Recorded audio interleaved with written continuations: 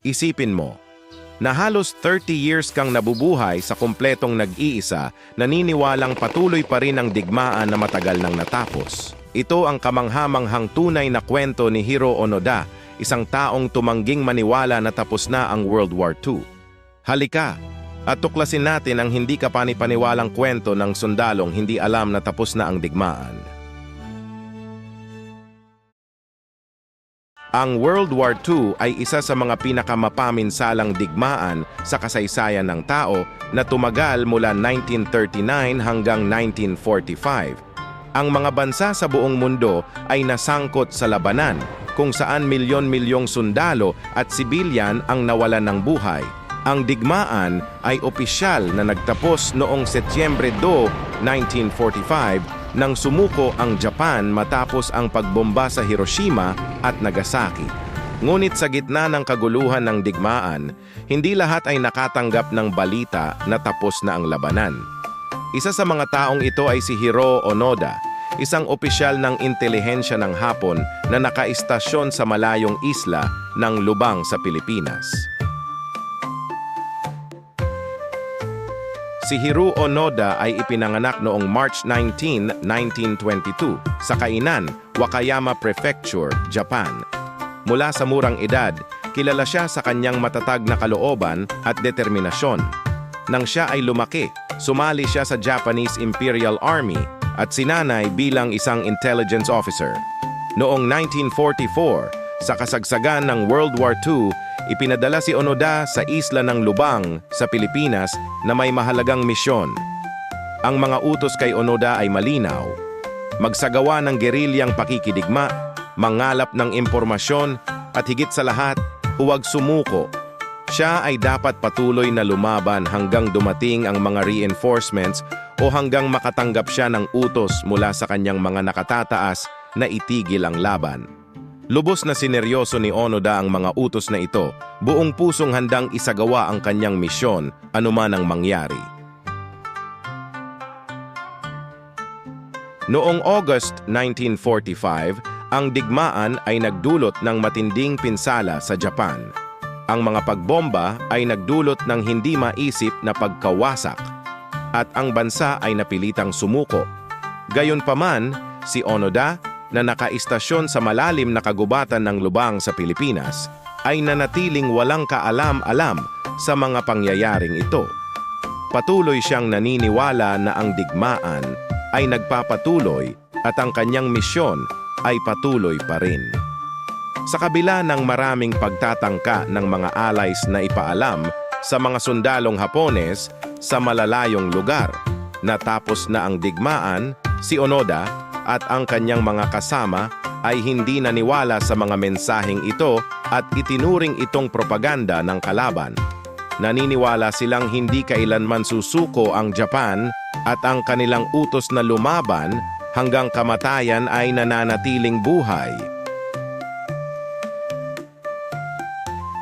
Sa loob ng halos 3 dekada, si Onoda at ang isang maliit na grupo ng mga sundalo ay nabuhay sa matinding kalagayan ng kagubatan. Nagsisikap silang maghanap ng pagkain, nagnanakaw sa mga lokal na sakahan, at nakikipaglaban pa sa mga lokal na pulis at mga residente. Para sa kanila, bawat araw ay isang labanan para manatiling buhay at ipagpatuloy ang kanilang misyon. Si Onoda ay isang dalubhasa sa gerilyang pakikidigma, gamit ang kanyang pagsasanay sa intelihensya para maiwasan ang mga sumusubok na dakpin siya. Ang grupo ay palaging nagtatago, naniniwalang anumang sandali ay darating ang mga reinforcement mula sa Japan. Nabubuhay sila sa takot na madiskubre, ngunit ang kanilang determinasyon ay hindi kailanman nagbago. Sa loob ng mga taon, maraming pangungumbinse ang ginawa upang kumbinsihin si Onoda at ang kanyang mga kasama na tapos na ang digmaan.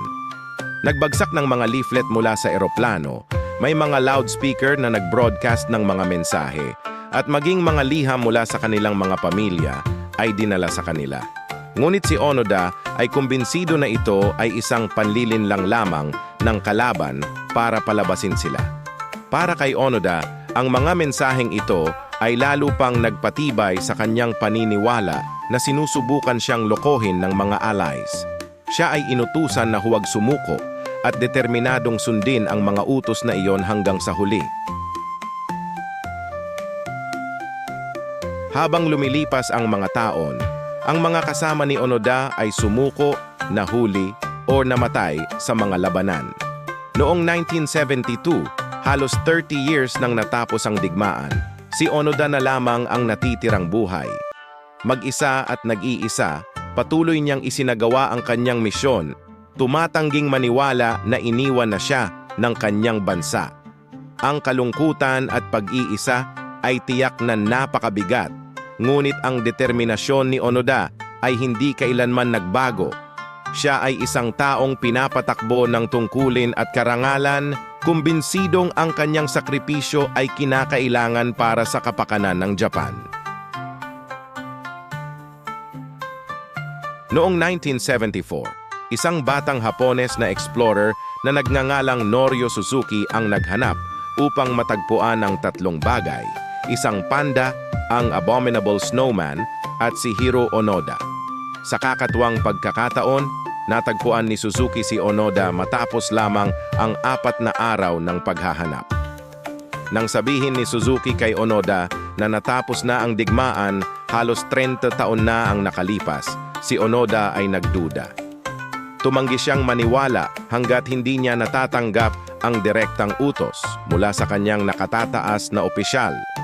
Determinado si Suzuki na pauwiin si Onoda, kaya bumalik siya sa Japan at hinanap si Major Yoshimi Taniguchi, dating nakatataas ni Onoda.